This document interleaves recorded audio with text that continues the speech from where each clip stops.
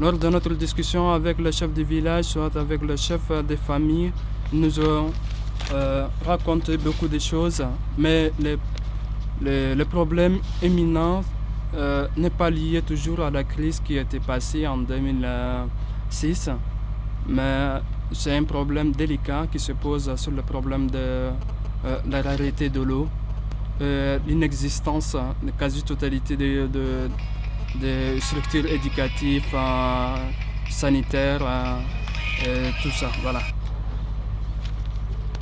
Et en fait, ils nous ont fait savoir qu'il y a eu une nouvelle construction d'un centre de santé, mais jusqu'à là n'est pas fonctionnel.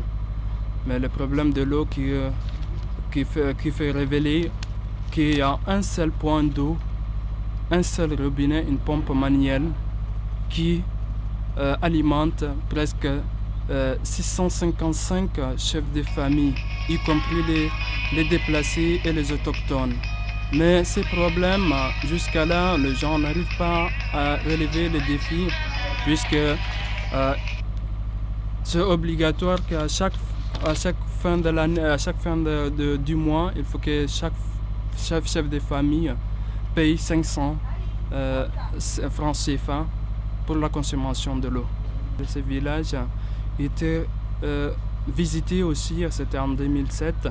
Et voilà aussi, cette année aussi, on a eu l'occasion de revisiter ce village, tout simplement pour mettre à jour les informations de l'année 2007 et pour avoir aussi de confirmations sur certaines questions. Certains villages ont été visités et revisités, voire même 2 fois, 3 fois, 4 fois. Et dès que nous arrivions dans ce village qui a été visité et revisité, automatiquement la population nous demande qu'est-ce que vous nous a amené maintenant, parce que ça fait 2 fois ou 3 fois que vous êtes venus ici. Maintenant, qu'est-ce que vous voulez de nous? Et j'ai pu enquêter les femmes, mais c'est pas facile parce que toutes les femmes sont parties au champ. Je les ai attendues fatiguées. D'habitude, c'est les femmes âgées de 40 à 50, de 0 à 50 ans. Parfois, c'est des filles de 14, 12, 13 ans. Mais par rapport à la sortie d'hier, je n'ai pas pu trouver les petites filles. On ne laisse pas les femmes. Quand j'approche les femmes, on me doite. Ils disent aux femmes qu'attention, il ne faut pas bien tout expliquer ou bien tout dire. Donc les femmes sont trop réticentes, quoi. Le travail que nous faisons par rapport aux enquêtes, c'est pour faire les enquêtes dans les villages, savoir dans tel ou tel village, qu'est-ce qui manque, qu'est-ce qui ne manque pas.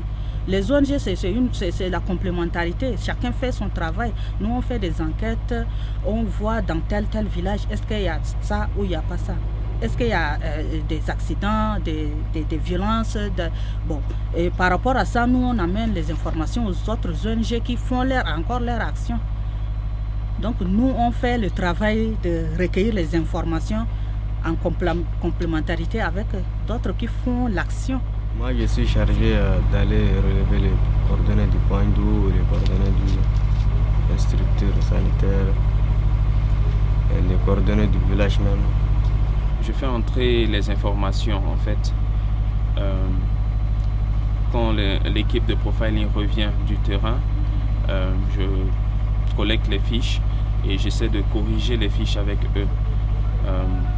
Par exemple, il se peut qu'ils fassent certaines erreurs ou bien il y a des oublis.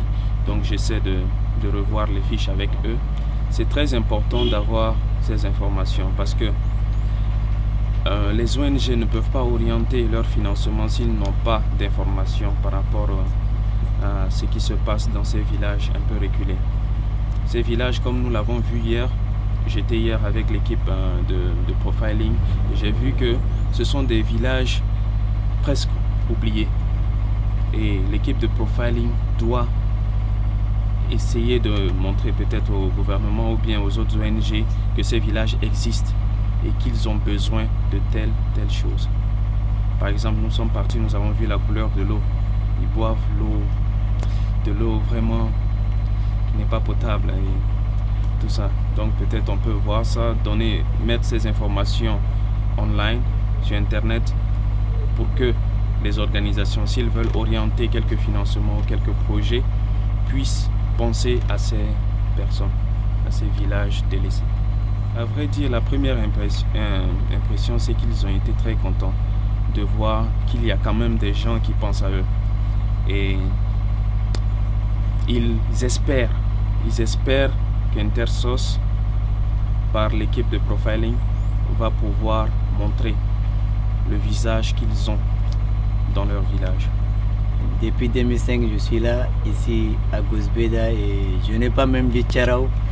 Grâce aux activités de profiling, j'ai vu la majorité de la zone. Actuellement, je suis très fier des activités que nous réalisons. Et puis j'ai appris beaucoup de choses dans cette région. Et j'ai rencontré beaucoup de gens. En fait, le travail de profiling, ça me plaît.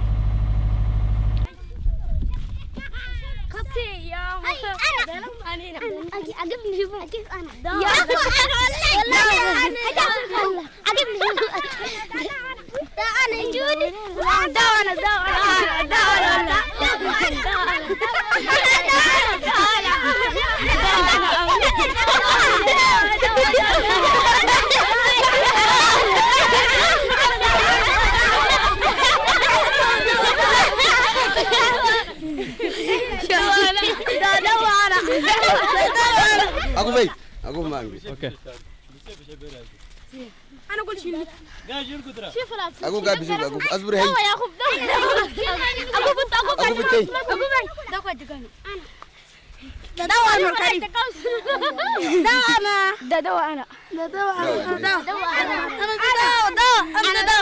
Aku fei.